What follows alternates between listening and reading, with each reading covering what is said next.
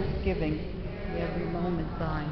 O sacrament most holy, O sacrament divine, all praise and all thanksgiving, be every moment thine.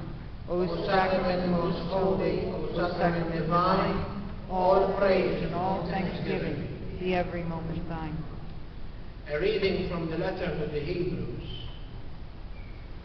Christ did not enter into a sanctuary made by hands, a copy of a true one, but heavenly itself, that he might now appear before God on our behalf, not that he might offer himself repeatedly, as the high priest entered each year into the sanctuary with blood that is not his own.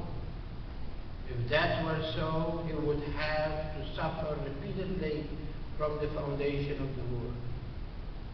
But now, once and all, he has appeared at the end of ages to take away the sin by his sacrifice. Just as it is appointed that human beings die once, and after this the judgment, so also Christ offered once to take away the sin of many. Will appear a second time, not to take away sin, but to bring salvation to those who eagerly await it. The word of the Lord. Thanks be to God. Again, the letter of the Hebrews really explains to us a very deep thought and also fundamental teaching of the church, that Christ come to this world for a purpose. And that purpose is to die on the cross for the salvation of our sins.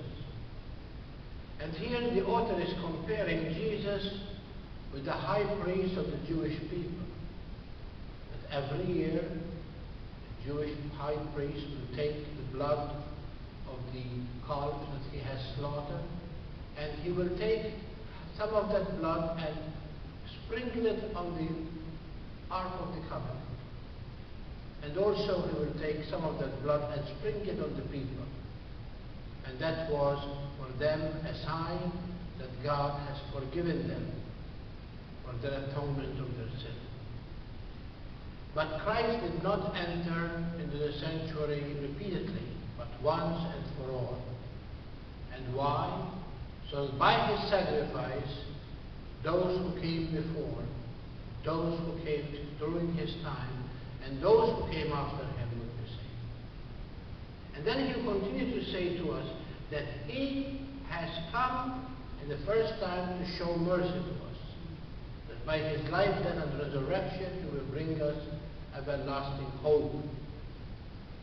But then when he comes at the end of time, the parousia, when he comes again in glory, he comes not to take away the sin, but he brings salvation to those who look forward for his coming, for those who are saved, for those who have accepted the invitation to follow him, for those who really, because of his proclamation of the good news, they open their hearts and they really turn away from sin, abide with what is good, and follow him to the end.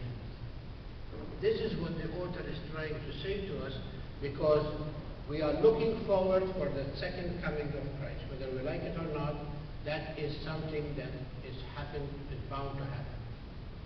And when he comes, he wants us to find us ready. In fact, Jesus in the scripture said, and when the Son of Man comes again, do you think he will find faith on earth? And that is something that we have to keep in mind, because sometimes we get so very distraught and so very depressed over a situation that we see around us.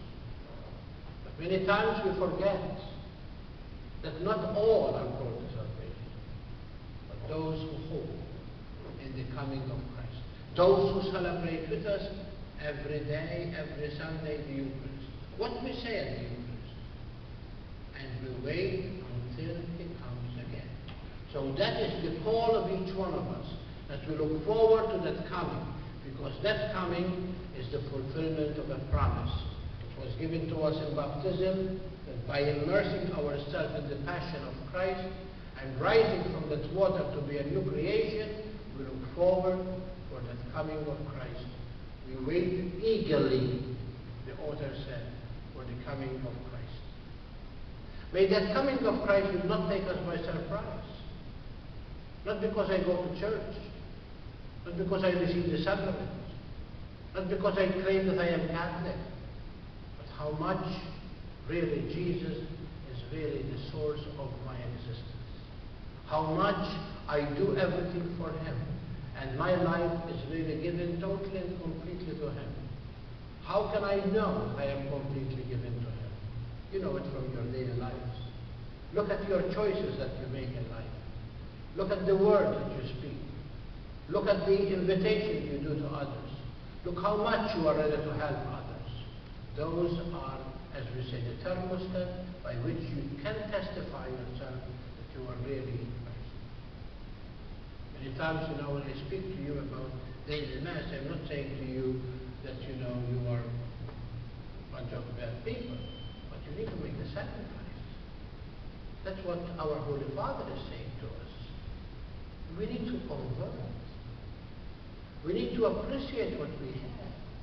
We need to endorse what we have. We need to increase what we have. And then what we have, we need to share it. That is really the fruit of a true witness of Christ. That's how much, you think that you know Christ, and how much you promise that you will do all that He asks of you, because there is a command. Go now and teach your nations. I will come again. But in the meantime, you have a job to do, to make the world know of my coming, to let the world know of my message. And blessed are you who teach what you have been told. Blessed are you who do not take away any, even iota, from what the message is all about, because you will be called great in the kingdom of heaven. This is very important, dear people, especially in this year of faith. We really understand the message of the author today of the reading from the Hebrew, that Christ come to us purposely to take us to His Father in heaven. And now that pilgrimage that we have is not going to be alone. It's going to be with others. On the journey we are going to encounter others, and we are going to invite them to come. It's like the story of the parable of the man who went to hire people at 7 o'clock in the morning, 9, 12, 3 o'clock, 5 o'clock.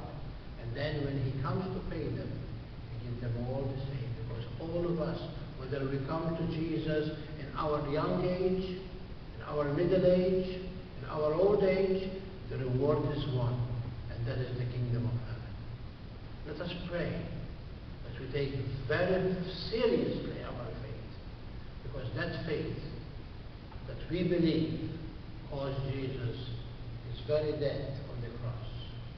And that is what we proclaim in the world. St. Paul said, I preach Him and Him crucified, because in Him there is the salvation of our souls.